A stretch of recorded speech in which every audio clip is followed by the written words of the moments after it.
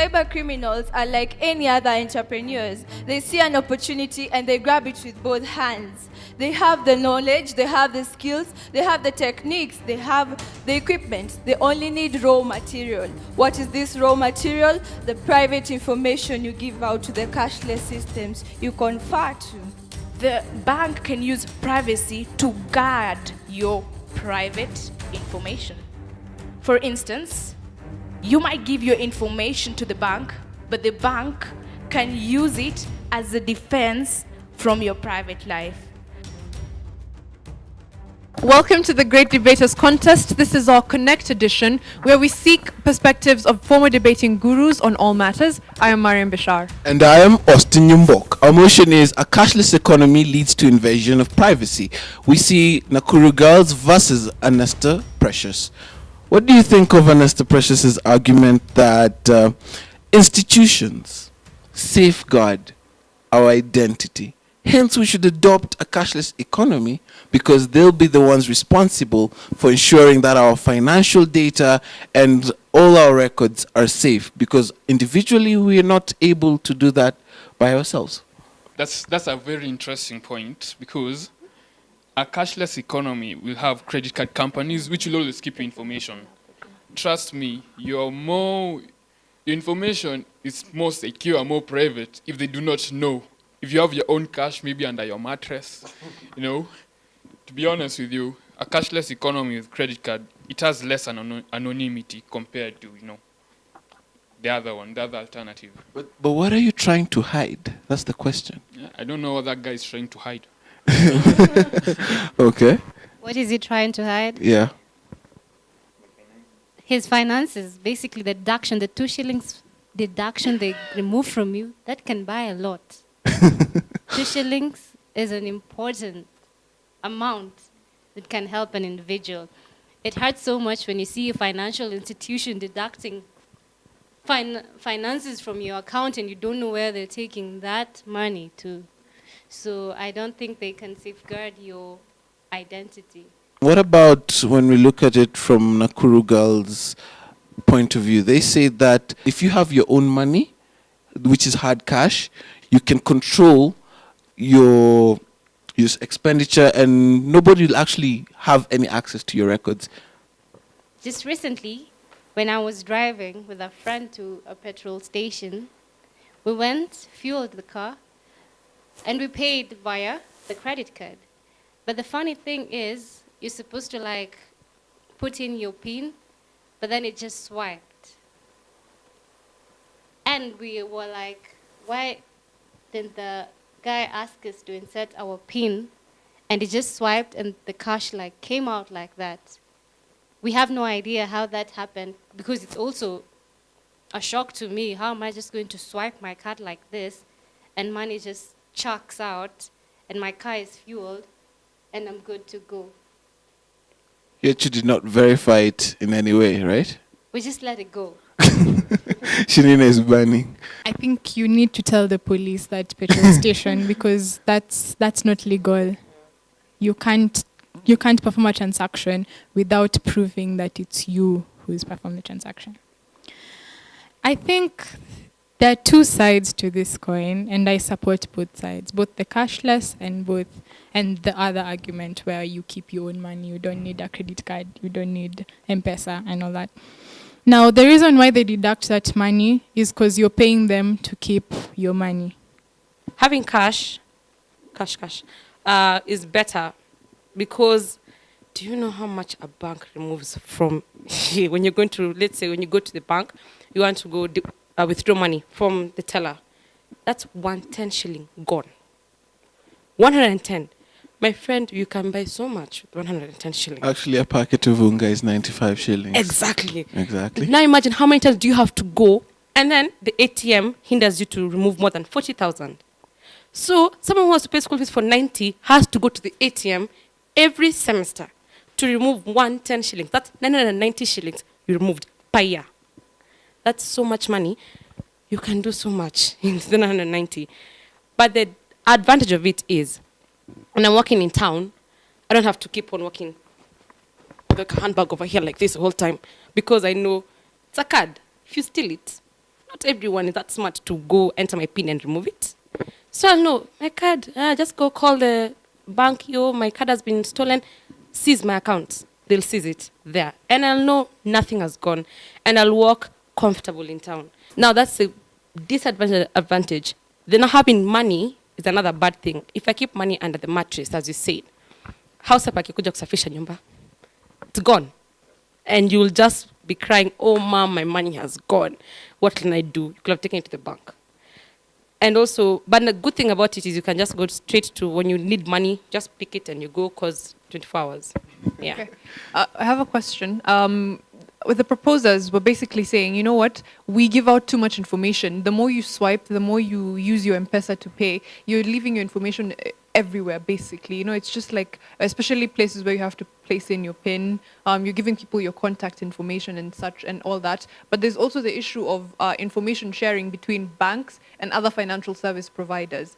For example, you bank, what's it called? You practice mobile banking, or you use your M-Pesa, and your bank or your mobile service provider shares that information, and it's used to target you for other like promotional text. True. Simple things that you don't even notice. Yeah. You get a text from a place you've never gone to inviting you because they've profiled you as a person who would like that kind of service. Yeah, it might not even be legal. It might not take any money from you, but at the end of the day, they've shared your information without your consent. So how do we deal with the ethics of issues like that? That's a major problem with cashless transactions. And I also completely agree with the two over that side, because it's true. It's true. They get a lot of information, but at the same time, it's secure, your money is secure. But there's a new technology that has been developed, it's known as Bitcoins. Mm-hmm. Bitcoins are the most anonymous form of currency that we have around. And they're all in the web. Bitcoins are not physical. You don't even have a card. All you need is an Android app and your phone. Even governments don't get information about your transactions. You can send money from Australia to Kenya in 2 seconds, and you won't even pay tax. It's that secure, and they don't keep any of your information. So I believe technology is trying to, come up with means of ensuring your anonymity. But now, Bitcoin's transactions aren't exactly legal. And they've also been accused of funding terrorism using Bitcoin. They fund terrorism. Assassins are paid using Bitcoins. Drug dealers use Bitcoins. But, because it's anonymous. I think that sometimes it's important for them to have your information when it comes to financial transactions. This is because I think a week ago or so, it was a documentary on KTN News called Kanjo Kingdom, and they were looking at how the city council is taking advantage of hawkers, and they go as far as literally killing people. And imagine if those transactions were not done on M-Pesa. How would they find out this is the amount of money that was flowing into this guy's account, this is the amount that was going, this is where it was going? You get, sometimes this information is important, and I don't say, what are you hiding? True. Again, as Austin was asking, what are you hiding? Yeah. Let me ask an important question before we go on break. Are we fine? The institutions charge us, right? But now the question is, should we, us as individuals, we're supposed to weigh between our money's security or our identity's security? So, what would you give up most? Would you give up the fact that, okay, let me forsake anonymity and have my money secure, or let me keep my money, yeah, and maintain my anonymity? My question is, why should you be anonymous? Why? Why don't you want people to know who you are? My point is, the information you give in the bank is the information you can give me as a human being I meet on the streets. True. When you come ask you, hi, what's your name? You'll tell me your name. Yes. When were you born? When I was born. Where do you live? It's the same information you'll give anyone on the street. So there's no difference me giving the bank and me not giving you, or me and giving you. So that's why, for me, that question will be my money being secured. So what if I ask, since it's information that you can give anyone on the street, what's your card number? Now that I don't even know. You see? But would you give it to me on the street? Yeah, but how will you? Okay. It Oh, depends. oh really? It depends if you're really smart about that. Okay. It actually depends. Well, we'll talk about it. Effie, what do you think? Your security, your identity security, or your money security? My money is my money, and it has to be safe.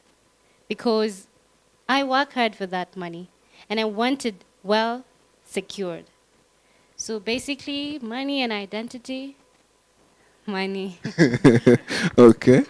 I will want 100% security on my money. But, you know, sometimes, like, which banks provide most of the time 100% security.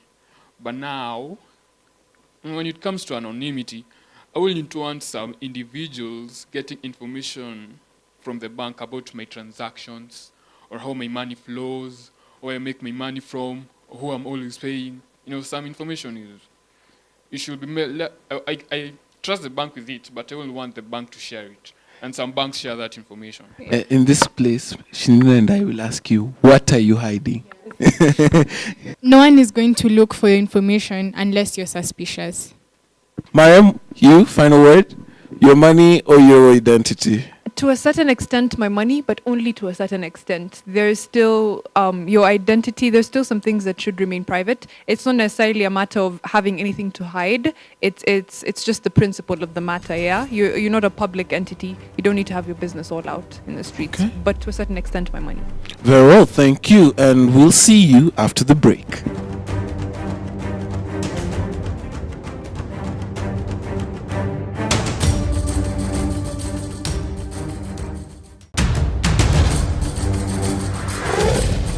A cashless society can only be implemented by the government, since it's the only organization that prints and controls supply of cash in a society.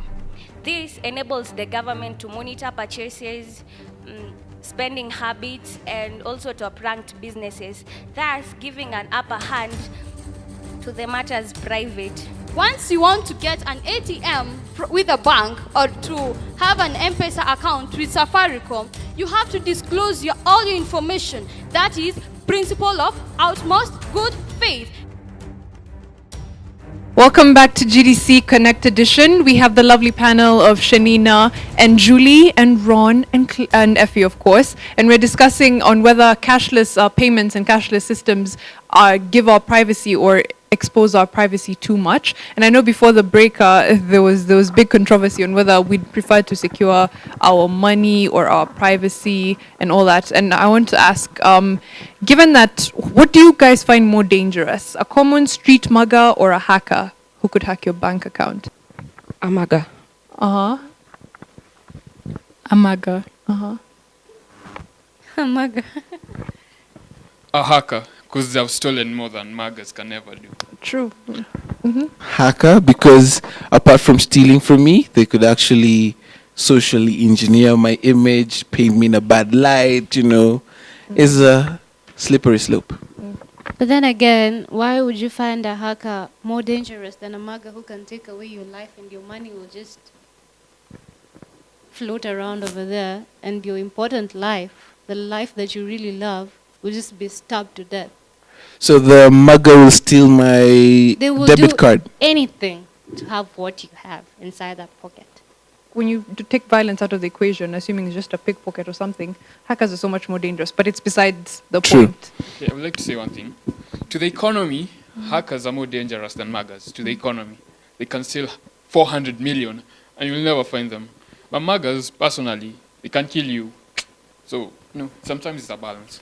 I just feel like the level of technological advancements that we are going through, that we are experiencing now as the world as a whole, is going to be able to deal with hackers. We're trumping a cashless economy. We're telling people to use their cards instead of cash. We're telling them to, use M-Pesa. But awareness, what are we doing in the sense that we're making people know what's out there? Because fine, we'll have a problem if we have many people who know, okay, how to actually indulge in a cashless economy, and we have people who don't know how to use it, it becomes easy for those people to actually exploit such individuals. You find somebody who's going to the rural areas and is telling somebody, oh, pesa iko kwa kadi, nimepatia kadi, iko hapo ndani sahi, and it's an empty card, you understand? And this individual, because of ignorance, will take it believing, fine, this guy put the money inside, and business is done, and at the end of the day, I get the short end of the stick. What do you think should be done or is being done in regards of spreading awareness towards cashless economy? Educating. Yeah. Like M-Pesa. Now I think everyone in the whole country knows how to use M-Pesa. I can just come and say, okay, since we're creating this M-Pesa idea, we need to go everywhere in the country, 46 or 47 counties? 47. 47, to educate those, and you'll see it's a free education now. We're creating let's say in Nairobi, we go to Nyayo Stadium and we create an awareness and people can come. If you do not come, that's your problem, not our problem as a company. That's why I think that's the only way to curb such issues. I think education is really important, as she said, and we are very blessed that we have M-Pesa and that it originated from here, because it sort of put everyone in the country, even if you don't have to be the most educated or with the most money in your account, but you have a form of cashless transaction. I think that we're very blessed when it comes to that. Maybe just educate people more on the importance of privacy of information. Things like keeping your PIN to yourself that seem so simple are very important, and not oversharing information. But I think as a country, we're not that badly off. I think M-Pesa has really helped us in this regard. If I could give a personal account, I have a relative, an older relative, who perhaps with the gadget is not very adept at, handling how to use it, and therefore maybe approaches a younger member of our family and asks him or her to help her. Now, look at a situation when you're saying, fine, we're educating individuals, right? And at the end of the day, that my relative ends up being swindled because she needs help. She needs to give out that PIN. You understand? You want to send money, she doesn't know, she needs to be shown. Yeah? And she trusts me as a family member. What are we doing in the sense that, don't you think that a cashless economy is making it easier for us to perpetuate crime? Yeah? Makes it easier for us to steal money, and makes it more easier to finance things like terrorism, as said. If you're actually a genuine person who wants to help, let's say your grandma, show everything about M-Pesa, how to change a PIN, how to blah, blah, blah, how to send money. Then tell her, advise her, after a month or so, change your PIN. After now you've been shown everything. Nisaidia pa tafadhali madam. But I don't think, you tell her, you know your PIN. Most people don't, if someone asks me, show me M-Pesa, I'll show them, then I'll give them the phone to put the PIN. Then I just say the okay part. That's why you just have to advise her, when you're being shown to do it, keep the PIN in your mind. Don't say 54321 or 543. Don't have to say it. You just have to show me. I've not told you, do for me. Show me. That's the difference. Okay. And also, I feel like, yes, it creates room for money being stolen, but at the same time, it creates room for money being recovered. Because I had a case with my dad where his Visa card was used in a different country. Hackers, they hacked his account and they swiped the card. I don't even know, online. I think you can now do online transactions. And after a few days, the bank calls my dad and they say, your card has been used for a very large amount of money. So we just wanted to confirm if you're here. And my dad goes like, no, I'm not there. And what happened is they recovered the money. If that money was stolen by a mugger. Okay. If I may to shed some light on that issue, earlier on when I asked Julie about her card number and she said, of course I can't go do anything with it. It's really important to note that when you're using your card to purchase items online, you don't really need a PIN. That's the scary part. There are some sites, and honestly, if let's say you want to pay for something, maybe like a Google account, a corporate Google account, you just need to put in the card number and the CDS number at the back. You understand? It won't ask me for a PIN. It will send you a message saying, oh, this has been used, right? And most people, it's only recently that people are actually attaching their phone numbers to their accounts. But now many people do not have that message that comes as a confirmation. Understand? So at the end of the day, I might have used your card so many times before now the bank calls you, oh, your money is being used this way. Do you think it creates that situation? So in essence, even if they're hackers, even if they're muggers, yeah, can we actually say that these institutions are safe enough for our money? We actually saw the situation in terms of Chase Bank with mismanagement and what ensued. Yeah, how do we know that these? How do we have confidence in these institutions? Yet, most of the loopholes, which are not knowledgeable to the public, are being exploited. What do you think? How do you trust these institutions? Okay, when what happened to Chase Bank happened, of course, my perspective and my trust on the banking system in Kenya kind of changed. But they have resolved the issue. But, when that damage is done, it's done. But maybe, let me leave your question for a second. I believe that a cashless system is better for the economy. There are a number of things that are really important for quick economic development. Quick transportation, quick communication, and quick money transfers, quick transactions, so that you can pay for service like in Dubai and get your vehicle here fast. Such transactions are really important. But hackers have found loopholes, and they are capable of, stealing from you a lot of money. And hackers right now, they're stealing more than bank robbers, the guys who go to the bank physically. Because, it's difficult to find them. They're really good. And the problem is, as security systems are advancing, hackers always seem to be like a step ahead. So it's like a competition. And it goes on like that, and they're still stealing. And you have things like bitcoins, which aren't like exactly, they've made surveillance difficult as far as criminals are concerned.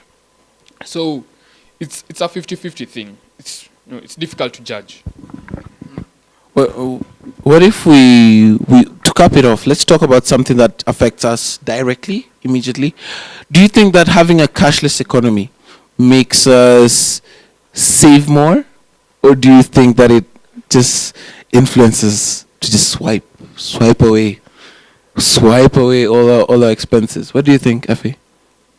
It influences me to swipe away, because if I go to a shopping complex and I see a dress that I like, and I have money in my bank account, and I feel like that dress would surely look good on me, and it's worth 10,000, and I know I have more than 10,000 in my account in the name of saving, but I feel like this dress will surely look good on me. Personally, I'd go swipe. I'd prefer carrying money around, because I know if I spend this money, I won't go home, and my parents won't send that money. Take this as fare, come back home. So I'd rather keep money in my wallet and sit there and die while it's there, because I have that problem. I look at this money and I say, if I buy this, tomorrow I'll be hungry. If I buy this, I'd miss this. So I'd prefer walking with money other than walking with an ATM card, because even when I'm with my friends and they're like, let's go in there, and they have cards and they're like swiping. I definitely want to go swipe. True. So, yeah. For me, I think the whole idea of saving money is more of discipline. However, I can say that a cashless system has actually really played a big role for me personally to start saving. Before I had a bank account, oh my, till today, if I have 1,000 shillings in my wallet, it doesn't matter. I will use that money. Because I'll be thinking, it's okay, it's fine, just spend, you'll get money ahead, But with a bank account, I get a bank statement every end of the month, and I look at what I've been spending on, and I'm like, oh no. As young as I am, the little money that I get, trust me, I budget for every coin. Very well. For me, it's a 50-50. My account has made me save more, actually. Because sweetheart, this is for you.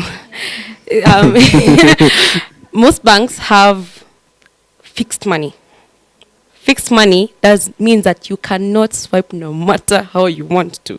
You go show a card, insufficient. Yet you know very well you have 10,000 in your bank account.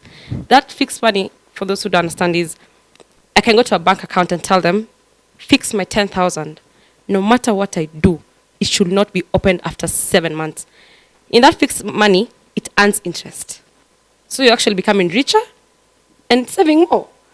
And now, for me, it's different. When I have money, just like her, I save money to the dime. And then I have like 1,000 bob with me. I'm like, tomorrow I'll be broke. So let me just keep this. And also, when I want to swipe, I'm like, that's 27 bob or certain amount going for free. Because I just can't. They don't charge. Some of really. them charge for swiping. Some banks charge if you swipe. So now imagine, now you've learned something new. Now imagine how you keep on swiping. Money keeps on going, making you broke. So you have to fix amount and keep money also. Okay. Visa is what doesn't charge. I think MasterCard charges.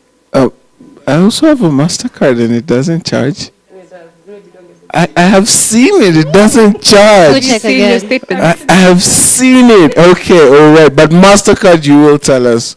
Hit us up on our handle at Great Debaters EA and tell us whether you charge us for using your card. I am Austin Yimbok.